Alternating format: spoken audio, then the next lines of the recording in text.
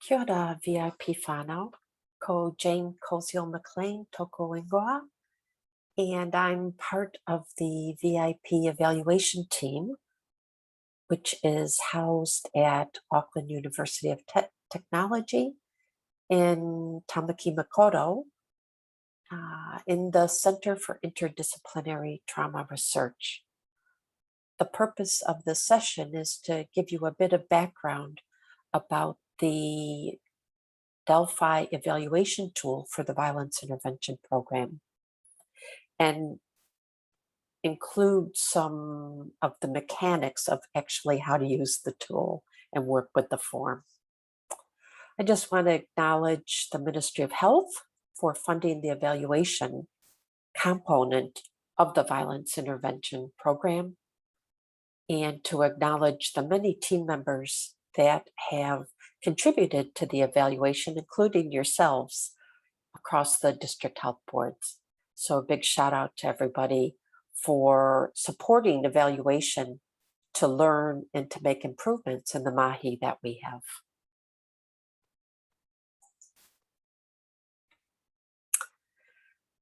So the evaluation is one of the resources that's provided in the National Violence Intervention Program.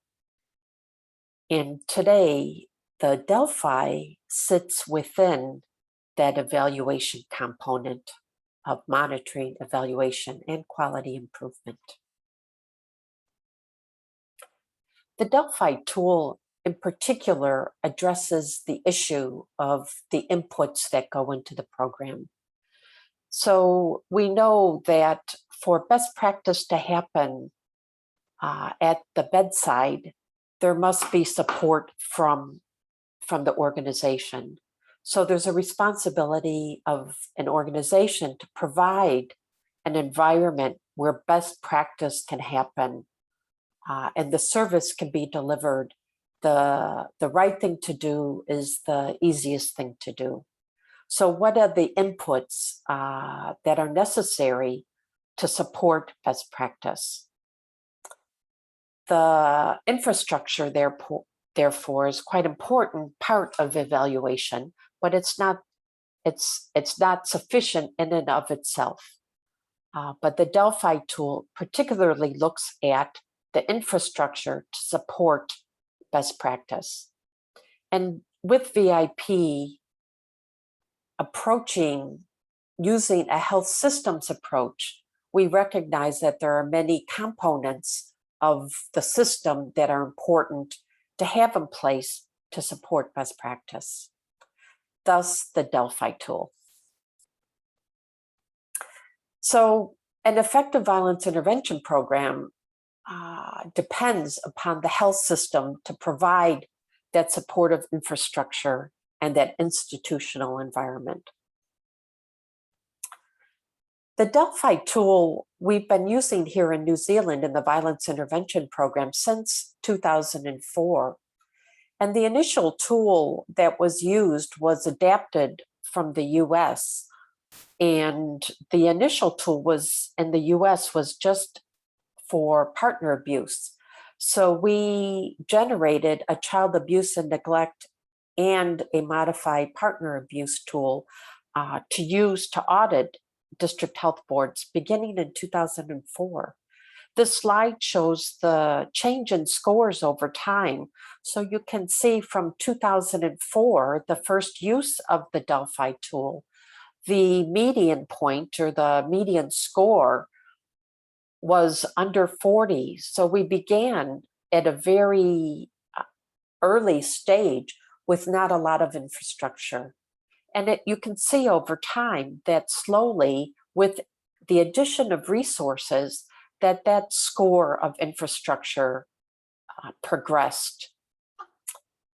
The CAN tool, the Child Abuse and Neglect tool, was also revised in 2008. And the current tool we're using was revised in 2017 and 18. And the reason for that was that we had new guidelines.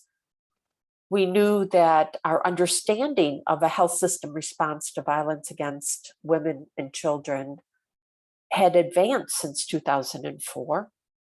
There also was a ceiling effect in the tool that we had, in that all the DHBs were high scoring, and it achieved the indicators that had been included in that initial Delphi. So in revising the tool, we wanted to make it simpler. The old tool with the partner abuse and child abuse and neglect had over 130 items. And we also wanted it to be aspirational. So the Delphi tool was revised then. And Delphi, the name Delphi refers to the method that's used to develop the tool. And in a Delphi method, you convene a group of experts that are diverse around different aspects, have different perspectives of the program. And they, in successive rounds, achieve consensus on what indicators are consistent with an ideal program. So that's where the term Delphi comes from. So our current Delphi tool has 9 domains that you can see here, from organizational leadership through to documentation. It contains 56 items. So the items that were selected to make the tool as simple as possible mean that it's not all inclusive. So every indicator that could possibly be important and necessary for a program is not included. So the Delphi panelists identified those that they felt were most indicative of a program that offered the necessary supports for good practice to occur. Each of the domains, as well as the overall score, can range from 0 if none of the indicators are met to a total of 100. The domains themselves have a different number of items, and the domains are weighted to come up with the overall score. And you can access the tool at this website, and we'll visit that in just a few minutes. So the new tool that was administered in 2018 and 2019, the scores have ranged in 2019 from a low of 45 to a high of 91. And the median score, so that's half of the DHBs, scored 80 or above, and half 80 or below. So there is still room for improvement in the Delphi tool. With regard to the score of the different domains in 2019, the high-performing domains included policies and procedures, collaboration and documentation. The medium-performing domains included organizational leadership, training and support, resource funding, and cultural responsiveness. And the low-performing domains included quality improvement and VIP practices, showing those are the 2 domains that require the most effort in making improvements. And looking at some of the individual indicators to guide where we can put our efforts in making improvements, I just thought I'd highlight these 4 indicators. Within organizational leadership, for example, the indicator that over 80% of senior executives and senior level managers have received training in the violence intervention program, none of the DHBs had achieved this indicator as of 2019. Within the VIP practices, we hope that with time, that at least 80% of women and children under 2 that enter the targeted services will receive the assessment for family violence. And that has not been achieved in any of the DHBs as of yet. Also in cultural responsiveness, that the delivery of service for Maudie is evaluated by Maudie in a way that is culturally appropriate and safe. That is, that it's Maudie-led. 4 of the DHBs had indicated that they had some activity that achieved this indicator. So still only 1 out of every 5 DHBs. And in quality improvement and achieving the indicator of having patient or client or community agency feedback to have a feedback loop to make improvements in service is gathered and analyzed on a regular basis was achieved by just under half of the DHBs. And in the majority of those cases, it is community agency feedback as opposed to actual service user feedback that has been collected and fed into program improvements. So that's a bit of background on the tool. I'll now show you how to use the tool and how the tool works. So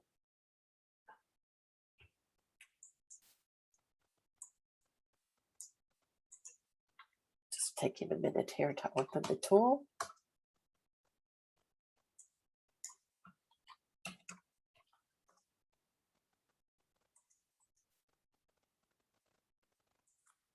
So this is the website that you land on when you go to the VIP evaluation website. And here's the Delphi tool here. So clicking on the tool will open it down here. So I can then click there and the tool will open. One of the important things in using this tool is to recognize that there are macros. So macros are used for the Excel spreadsheet to do the score calculations. So when you open the tool, you need to enable those macros to work. So you must click on that first. You can see here in the Excel spreadsheet that there's a range of sheets here on the bottom that you can scroll through. So this landing page is the form overview. There's also instructions and help, evaluation results that will get calculated as you go through the tool, and then the various domains. And you can see that they all look quite similar. So I'll just go to one of the domains and walk through how you use the tool in completing the audit. So this domain is quality improvement. You'll notice that there are some of the cells that are shaded and some are clear. And the shaded cells are locked, and the clear cells are, the white cells here are the cells that you actually can enter information in. So each cell has the indicator, and if there's a little red diamond in the upper right-hand corner, that means that there is a measurement note to help you understand and make a judgment about the indicator.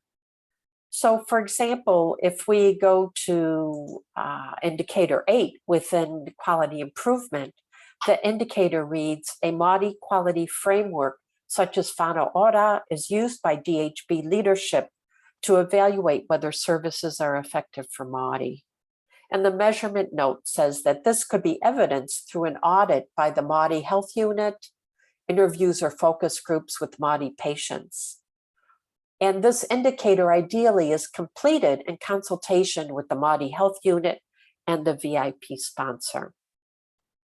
So when you enter your response in this cell, if you click on the cell, you'll see that a little arrow shows up in the lower right-hand corner. And if you click on that arrow, that shows what the options are for the response. So in this case, you can either indicate yes or no. And over in the shaded cells, the total possible points for this indicator is 10. And you can see right now it's 0. But if I click on yes, then that 0 changes to 10. And the score will be calculated. So that 10 has now been added to the domain score. The next open cell here is about providing the evidence for that indicator. So if you've selected that you have met this indicator, in this cell, you enter where the evidence is that identifies where the evidence is for that particular indicator. So it may be a file that is saved in the VIP intranet folder, or it could be a reference of a website, it could be meeting notes. So here is where you will enter, for example, see Papa Madi report in X file. So that would be entered there. And if there is some links to some examples or some resources, we have those in the last column, and I'll be changing those since we no longer have HERC. It'll link through to the Dropbox. So that is how this tool works. If we go back, in some cases, instead of entering a yes or no response, there will be a number that you enter, or it'll ask for some other text. So for example, in the organizational leadership domain, there is a question here about please indicate how many of the 6 designated services the DHB provides. So the Ministry of Health has identified 6 targeted services, and they're listed here in the measurement note. And not all DHBs provide all 6 services. So the denominator for the subsequent questions will change based on how many services you offer. So you may not, for example, offer sexual health services in your DHB. So you would enter the number of services that you provide, and then the next questions are among the 5 services, how many meet the criteria. So the first 7.1 here is how many of the services report on the proportion of staff that are trained in VIP. So let's say that's 1. So the score would be noted, then you would receive the appropriate score based on the 1 out of 5. And here again, you would enter where the document are, so that provides the evidence. So that might see training report for postnatal maternity, and then you might put the date and the file name. And as you complete this, the score will change. So thus far, based on what I've entered, the score for organizational leadership thus far is 2. So if we go back to the evaluation results, you'll see that the organizational leadership score is 2 and the quality improvement is 10 thus far. So our overall evaluation score is 1.